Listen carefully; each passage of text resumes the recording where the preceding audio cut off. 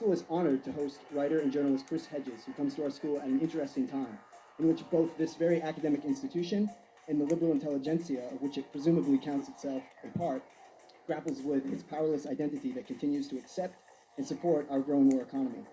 Each week, my colleagues and I look forward to reading Mr. Hedges' column on truthdig.com. This week's column, Why Liberals Are Useless, hits right at the core of this identity crisis. Mr. Hedges writes, liberals are a useless lot. They're defeated and self-absorbed. Their cynicism is a cloak for their cowardice and impotence. They use inaction and empty moral posturing, not to affect change, but to engage in an orgy of self-adulation and self-pity. The greatest danger we face as a nation is not from the far right, but from a bankrupt liberal class that has lost the will to fight and the moral courage to stand up for what it espouses. Hedges unapologetically asks, at what point do we stop being dormant? At what point do we fight back? We may lose if we step outside of the mainstream, but at least we salvage our self-esteem and integrity. Mr. Hedges' words have been published in The Nation, Mother Jones, Harper's, and the New York Times, where his correspondence from the Middle East won him the Pulitzer Prize in 2002 for explanatory journalism and an Amnesty International Global Award for human rights journalism. But Mr. Hedges' career at the New York Times would be short-lived. When in 2003, Hedges delivered a commencement address in Illinois, where he criticized the U.S. invasion of Iraq. Mr. Hedges argued, "We are embarking on an occupation that, if history is any guide, will be as damaging to our souls as it will be to our prestige, power, and security." Members of the audience booed and jeered him. Although some applauded, Hedges' microphone was cut twice, and two young men even rushed the stage to prevent him from speaking. Subsequently, the New York Times criticized his statements, and the editors demanded Hedges cease speaking about the Iraq War. Hedges, refusing to accept such restrictions, left the New York Times to become a senior fellow at the Nation Institute, where he now writes and teaches at Princeton. Hedges' books, I Don't Believe in Atheist, American Fascist, The Christian Right and the War on America, Losing Moses on the Freeway, War is a Force That Gives Us Meaning, and now Empire of Illusion, challenge and provoke. In War is a Force That Gives Us Meaning, Hedges describes war as the most potent narcotic invented by humankind. Subsequently, as war, poverty, and conflict escalate, as we learn in Empire of Illusion, an increasingly disjointed and intoxicated population will seek comfort in celebrity culture, trivial gossip, pseudo-events, and illusion. Thus, it seems that both war and the illusions we exalt work in tandem to destroy what it means to be an engaged and informed citizenry. Now, here to talk more on this, the New School is very proud to welcome Mr. Chris Hedges. Thank you.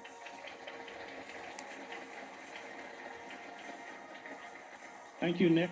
And I want to first salute all those students at the New School who are not asleep and standing up to their president. And I hope that campaign's not over. Secondly, I want to remind anyone who hasn't heard or has heard about the event on December 12th, 11 o'clock in the morning, Saturday, Lafayette Park, in front of the White House, anti-war protest demonstration, which I will be speaking at, Senator Mike Lavelle will be speaking at, Dennis Kucinich will be speaking at, Cynthia McKinney will be speaking at, and as Nick read, and you can read that column on Truthdig today, I think that line has been crossed by Barack Obama, and it is time for all of us to step out of the mainstream, to give up on the Democratic Party, which has betrayed us, and in particular betrayed the working class, and fight for what is left of our anemic democracy. In celebrity culture, we destroy what we worship. The commercial exploitation of Michael Jackson's death was orchestrated by the corporate forces that rendered Jackson insane. Jackson, robbed of his childhood and surrounded by vultures that preyed on his fears and weaknesses, was so consumed by self-loathing, he carved his African-American face into a Caucasian death mask. He hid his apparent pedophilia behind a Peter Pan illusion of eternal childhood. He could not disentangle his public and his private self. He became a commodity, a product, one to be sold, used, and manipulated. He was infected by the moral nihilism and personal disintegration that is at the core of our corporate culture. And his fantasies of eternal youth, delusions of majesty, and desperate, disfiguring quests for physical transformation were an expression of our own yearning. He was a reflection of us in the extreme. His memorial service, a variety show with a coffin, had an average of 31.1 million television viewers. It was the final episode of the long-running Michael Jackson series.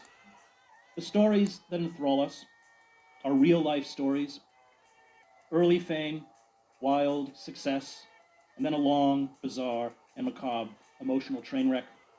O.J. Simpson offered a tamer version of the same plot. So does Britney Spears and Tiger Woods. Jackson, by the end, was heavily in debt and had weathered a $22 million out-of-court settlement to Jordy Chandler, as well as 7 counts of child sexual abuse and 2 counts of administering an intoxicating agent in order to commit a felony. Jackson reflected back to us our own physical and psychological disintegration, especially with many Americans struggling with overwhelming debt, loss of status, and deep personal confusion. The lurid drama of Jackson's personal life meshed with the ongoing dramas in television, in movies, and the news. News reports on television are mini-dramas. They provide a star, a villain, a supporting cast, a good-looking host, and a dramatic, if often unexpected, ending. In Fahrenheit 451, Ray Bradbury's novel about a future dystopia, people spend most of the day watching giant television screens that show endless scenes of police chases and criminal apprehensions. Life, Bradbury understood, once it was packaged, scripted, given a narrative, and filmed, became the most compelling form of entertainment. And Jackson was a great show. He deserved a great finale. Those who created Jackson's public persona and turned him into a piece of property, first as a child and finally as a corpse encased in a $15,000 golden casket, are the agents, publicists, promoters, scriptwriters, advertisers, video technicians, recording executives, public announcers, and television news personalities who orchestrate the vast stage of celebrity for profit. They are the puppet masters.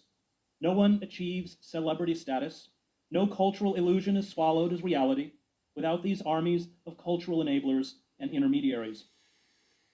The producers at the Staples Center in Los Angeles made sure the 18,000 attendees and television audience, and even the BBC, devoted 3 hours to the tribute, watched a funeral that was turned into another maudlin form of uplifting popular entertainment. The memorial service for Jackson was a celebration of celebrity. There was the queasy sight of groups of children, including his own, singing over the coffin. Brooke Shields, fighting back tears, recalled how she, and a 33-year-old Jackson, who always maintained that he was a straight male, broke into Elizabeth Taylor's room the night before her wedding because Michael was too excited to wait until morning to see the wedding gown. Shields and Jackson at Taylor's wedding then, quote, pretended to be the mother and father of Elizabeth Taylor. It sounds weird, Shields said, but we made it real. There were photo montages in which a shot of Michael Jackson shaking hands with Nelson Mandela was immediately followed by one of him with Kermit the Frog. Celebrity culture reduces all of the famous to the same level. Fame is its own denominator. And every anecdote told about Jackson seemed to confirm that when you spend your life as a celebrity, you have no idea who you are. And yet we measure our lives by these celebrities. We seek to be like them. We emulate their look and behavior. We escape the messiness of real life through the fantasy of their stardom. We too long to attract admiring audiences for our grand, ongoing life movie. We try to see ourselves moving through our life as a camera would see us, mindful of how we hold ourselves, how we dress, what we say. We invent movies that play inside our heads with us as stars. We wonder how an audience would react. Celebrity culture has taught us, almost unconsciously, to generate interior, personal screenplays. We have learned ways of speaking and thinking that grossly disfigure the way we relate to the world and those around us. Neil Gabler, who has written wisely about this, argues that celebrity culture is not a convergence of consumer culture and religion, so much as a hostile takeover of religion by consumer culture. Jackson desperately feared growing old. He believed he could manipulate race and gender. He transformed himself through surgery and perhaps female hormones from a brown-skinned African-American male to a chalk-faced, androgynous figure with no clear sexual identity. And while he pushed these boundaries to the extreme, he only did what many Americans do. There were 12 million cosmetic plastic surgery procedures performed last year in the United States.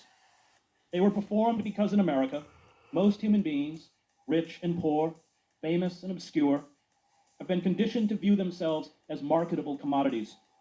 They are objects, like consumer products. They have no intrinsic value. They must look fabulous and live on fabulous sets. They must remain young. They must achieve notoriety and money, or the illusion of it, to be a success, and it does not matter how they get there. Celebrity culture licenses a dark voyeurism into other people's humiliation, pain, weakness, and betrayal. Education, building community, honesty, transparency, and sharing are qualities that will see you ridiculed and voted off any reality show. Fellow competitors for prize money and a chance for fleeting fame elect to disappear the unwanted. In the final credits of the reality show, America's Next Top Model, a picture of the woman expelled during the episode vanishes from the group portrait on the screen. Those cast aside become, at least to the television audience, non-persons. Celebrities that can no longer generate publicity, good or bad, vanish. Life, these shows teach, is a brutal world of unadulterated competition and a constant quest for notoriety and attention. And our self-exaltation permits us to humiliate those who oppose us. Those who win are the best. Those who lose deserve to be erased. Those who fail, those who are deemed ugly, weak, or poor, are belittled and mocked. Human beings are used, betrayed, and discarded in a commodity culture, which is pretty much the story of Jackson's life. The cult of the self, which Jackson embodied, dominates our culture. This cult has within it the classic traits of psychopaths: superficial charm, grandiosity, and self-importance, a need for constant stimulation, a penchant for lying, deception, and manipulation, and the incapacity for remorse or guilt. Jackson, from his phony marriages to the portraits of himself dressed as royalty, to his insatiable hunger for new toys, to his questionable relationships with young boys, had all these qualities. And this is also the ethic promoted by corporations. It is the ethic of unfettered capitalism. It is the misguided belief that personal style and personal advancement mistaken for individualism are the same as democratic equality. It is the celebration of image over substance. We have a right in the cult of the self to get whatever we desire. We can do anything, even belittle and destroy those around us, including our friends, to make money, to be happy, and to become famous. Once fame and wealth are achieved, they become their own justification, their own morality. How one gets there is irrelevant. It is this perverted ethic that gave us Wall Street bankers and investment houses that willfully trashed the global economy, stole money from tens of millions of small shareholders who had bought stock in these corporations for retirement or college. The heads of these corporations, like the winners on a reality television program, who lied and manipulated others to succeed, walked away with hundreds of millions of dollars in bonuses and compensation. The ethic of Wall Street is the ethic of celebrity. But the tantalizing illusions offered by our consumer culture are vanishing as we head towards collapse.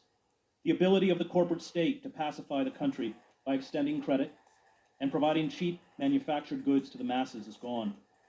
The jobs we are shedding are not coming back, as Lawrence Summers tacitly acknowledges when he talks of a jobless recovery. The belief that democracy lies in the choice between competing brands and the freedom to accumulate vast sums of personal wealth at the expense of others has been exposed as a fraud. Freedom can no longer be conflated with the free market, and the travails of the poor are rapidly becoming the travails of the middle class, especially as unemployment insurance runs out. Class warfare, once buried under the happy illusion that we were all going to enter an age of prosperity with unfettered capitalism, is returning. How will we cope with our decline? Will we cling to the absurd dreams of imperial power and the fantasies of a glorious tomorrow? Or will we responsibly face our stark new limitations? Will we heed those who are sober and rational, those who speak of a new simplicity and humility in an age of imperial as well as material decline?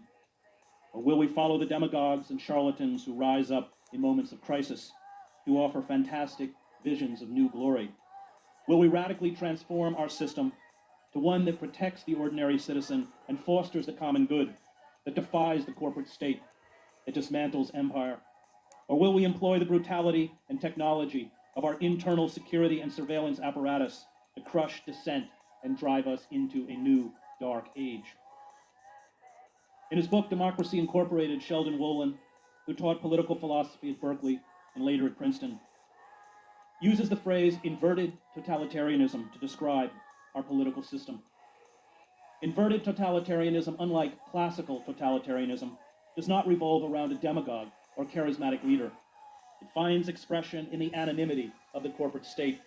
It purports to cherish democracy, patriotism, and the Constitution, while manipulating internal levers to subvert and thwart democratic process. Political candidates are elected in popular votes by citizens, but are beholden to armies of corporate lobbyists in Washington or state capitals who author the legislation and get the legislators to pass it. A corporate media controls nearly everything we read, watch, or hear. It imposes a bland uniformity of opinion. It diverts us with trivia and celebrity gossip. In classical totalitarian regimes, such as Nazi fascism or Soviet communism, economics was subordinate to politics. Under inverted totalitarianism, the reverse is true, Wolin writes. Economics dominates politics. And with that domination comes different forms of ruthlessness. The Obama brand offers us an image that appears radically individualistic and new. This image inoculates us from seeing that the old engines of corporate power and the vast military-industrial complex continue to plunder the country. Brand Obama is about being happy consumers. We are entertained, we feel hopeful, we like our president, we believe he is like us. But like all branded products spun out from the manipulative world of corporate advertising, we are being duped into doing and supporting a lot of things that are not in our interest. What for all our faith and hope has the Obama brand given us? His administration has spent, lent, or guaranteed $12.8 trillion in taxpayer dollars to Wall Street and insolvent banks in a doomed effort to reinflate our bubble economy, a tactic that at best forestalls catastrophe and will leave us broke in a time of profound crisis. Brand Obama has allocated nearly $1 trillion in defense-related spending and the continuation of our doomed imperial project in Iraq, where military planners now estimate that some 70,000 troops will remain for the next 15 to 20 years. Brand Obama has expanded the war in Afghanistan, including the use of drones sent on cross-border bombing runs into Pakistan that have left over 700 civilians dead since Obama took office.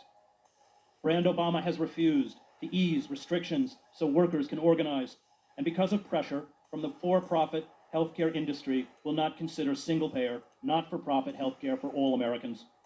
And Brand Obama will not prosecute the Bush administration for war crimes, including the use of torture, and has refused to dismantle Bush's secrecy laws or restore habeas corpus. Corporations, which control our politics, no longer produce products that are different, but brands that are different. And Brand Obama does not threaten the core of the corporate state any more than did brand George W. Bush. The Bush brand collapsed. We became immune to its studied folksiness. We saw through its artifice. And this is a common deflation in the world of advertising. So we have been given a new Obama brand with an exciting and faintly erotic appeal. Benetton and Calvin Klein were the precursors to the Obama brand, using ads to associate themselves with risque style and progressive politics. It gave their products an edge. But the goal, as with all brands, was to fool passive consumers that a brand is an experience. The decline of American empire began long before the current economic meltdown or the wars in Afghanistan and Iraq. It began before the first Gulf War or Ronald Reagan. It began when we shifted, in the words of the Harvard historian Charles Mayer, from an empire of production to an empire of consumption. By the end of the Vietnam War, when the costs of the war ate away at Lyndon Johnson's Great Society, and domestic oil production began its steady, inexorable decline, we saw our country transformed from one that primarily produced to one that primarily consumed. We started borrowing to maintain a lifestyle as well as an empire we could no longer afford. We began to use force, especially in the Middle East, to feed our insatiable thirst for cheap oil. And the bill is now due. America's most dangerous enemies are not Islamic radicals, but those who sold us the perverted ideology of free market capitalism and globalization. They have dynamited the foundations of our society. In the 17th century, these speculators would have been hung. Today, they run the government and consume billions in taxpayer subsidies. These corporate forces will never permit real reform. It would mean their extinction. The oil and gas industry will never allow us to achieve energy independence. That would devastate their profits. Real reform would wipe out tens of billions of dollars in weapons contracts. It would cripple the financial health of a host of private contractors, from Lockheed Martin to Boeing to Northrop Grumman, Raytheon, Halliburton, Blackwater, now renamed Z. And it would render obsolete the existence of the U.S. Central Command. It was Bill Clinton who led the Democratic Party to the corporate watering trough. Clinton argued that the party could ditch labor unions, no longer a source of votes or power, as a political ally. Workers, he insisted, would vote Democratic anyway. They had no choice. It was better, he argued, to take corporate money and do corporate bidding. By the 1990s, the Democratic Party, under Clinton's leadership, had virtual fundraising parity with the Republicans. Today, the Democrats get more.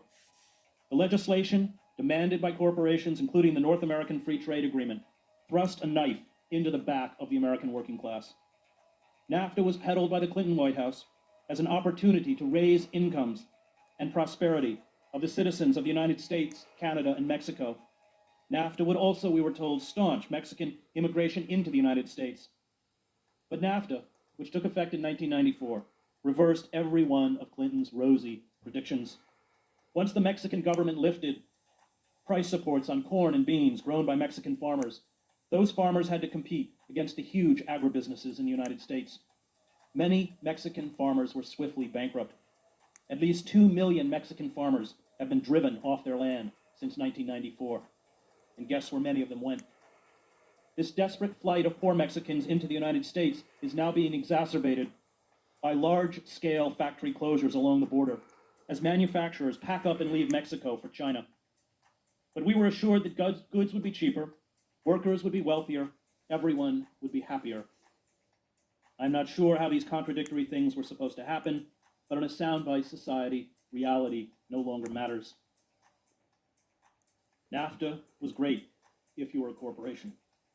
It was a disaster if you were a worker. We are now getting a taste of Clinton's draconian welfare reform bill, signed in 1996, as tens of millions of people face the prospect of losing their unemployment benefits and attempting to survive on $143 a month from welfare. It was the Clinton administration, led by Summers, which signed into law the Financial Services Modernization Act of 1999. The act ripped down the firewalls that had been established by the 1933 Glass-Steagall Act, designed to prevent the kind of meltdown we are now experiencing. Glass-Steagall established the Federal Deposit Insurance Corporation. It set in place banking reforms to stop speculators from hijacking the financial system. With Glass-Steagall demolished and the passage of NAFTA, the Democrats, led by Clinton, tumbled gleefully into bed with corporations and Wall Street speculators. And many of the architects of this deregulation, economists such as Summers, have come back again to service these corporations in the Obama White House. The cost of our empire of illusion is not being paid for by corporate titans. It is being paid for on the streets of our inner cities, in former manufacturing towns, and in depressed rural enclaves. Human beings are not commodities. They are not goods. Their misery is not the regrettable price of globalization and the free market. They grieve and suffer and feel despair. They raise children and struggle to maintain communities. And the growing class divide is not grasped, despite the glibness of many in the media, by complicated sets of statistics, lines on a graph that charts stocks, or the absurd utopian faith in unregulated globalization and complicated trade deals. It is understood in the eyes of a man or woman who is no longer making enough money to live with dignity and hope. The growing desperation across the United States is unleashing not simply a recession. We have been in a recession for some time now, but a depression unlike anything we have seen since the 1930s. It has provided a pool of broken people willing to work for low wages and to do without unions or benefits. For the bottom 90% of Americans, annual income has been on a slow, steady decline for 3 decades. There are 50 million Americans in real poverty and tens of millions of Americans in a category called near poverty. And our elites, meanwhile, manipulate statistics and data to foster illusions of growth and prosperity to mask the damage. They refuse to admit, at least to us, that they have lost control, since to lose control is to concede failure. They contribute instead to the collective denial of reality by insisting that another multi-billion-dollar bailout or government loan will prop up the shattered edifice. The well-paid television pundits and news celebrities, the economists and the banking and financial sector leaders see the world from inside the comfort of the corporate box, and they are loyal to the corporate state. The assault on the American working class, an assault that has devastated members of my own family in the former mill towns in the state of Maine, shows no sign of abatement. In the past 3 years, nearly 1 in 5 U.S. workers was laid off. Among workers laid off from full-time work, roughly 1/4 were earning less than $40,000 a year. And there are whole sections of the United States that now resemble the developing world. There's been a Weimarization of the American working class, and the assault on the middle class is underway. Anything that can be put on software, from finance to architecture to engineering, can and is being outsourced to workers in countries such as India or China, who accept to pay a fraction of that of their Western counterparts and work without benefits. Both the Republican and Democratic parties, beholden to corporations for money and power, are responsible. Washington has become our Versailles. The media has evolved into a class of courtiers. The Democrats, like the Republicans, are mostly courtiers. Our pundits, academics, economists, and experts, at least those with prominent public platforms, are courtiers. We are captivated by the hollow stagecraft of political theater as we are ruthlessly stripped of power. The role of courtiers is to parrot official propaganda. Courtiers do not defy the elite or question the structure of the corporate state. The corporations, in return, employ them and promote them as celebrities or elected officials. Courtiers in face powder deceive us in the name of journalism. Courtiers in our political parties promise to look out for our interests and then pass bill after bill to further corporate fraud and abuse. No class of courtiers, from the eunuchs behind the Manchus in the 19th century to the Baghdad caliphs in the Abbasid Caliphate, has ever transformed itself into a responsible and socially productive class. Being a courtier requires agility and eloquence, and the most talented of them should be credited as persuasive actors. They entertain us, they make us feel good, they persuade us, they are our friends. They are the smiley faces of a corporate state that has hijacked the government. And when these corporations make their iron demands, these courtiers drop to their knees. They placate the telecommunications companies that want to be protected from lawsuits. They permit oil and gas companies to rake in obscene profits and keep in place the vast subsidies of corporate welfare doled out by the state. They allow our profit-driven healthcare system to leave the uninsured and underinsured to suffer and die. And over 20,000 Americans died last year because they could not get proper medical care. Healthcare industry, like the defense industry, profits from death. It is legally permitted to hold sick children hostage while their families frantically bankrupt themselves to save their son or daughter. Any discussion of healthcare should acknowledge the fact that our for-profit healthcare system is the problem and must be destroyed. Only then can we have an honest debate about what comes next. But this will never happen. It will never happen because the industry's money and lobbyists drive the discussion. And the courtiers in Washington and on the television screens dance to the tune they play. America is devolving into a third world nation, and if we do not immediately halt our elites' rapacious looting of the public treasury and our bizarre state socialism for corporations, we will be left with trillions in debts which can never be repaid, and widespread human misery which we will be helpless to ameliorate. Our anemic democracy will be replaced with a robust national police state. The elite will withdraw into heavily guarded, gated communities where they will have access to security, goods, and services that cannot be afforded by the rest of us. And tens of millions of people, brutally controlled, will live in perpetual poverty, a state of neo-feudalism. This is the inevitable result of unchecked corporate capitalism. Stimulus and bailout plans are not about saving us. They are about saving them. As the economist Paul Krugman has noted, anyone who has seen how economic statistics are constructed knows that they are a subgenre of science fiction. This science fiction has been steadily employed to camouflage our economic decline. President Ronald Reagan included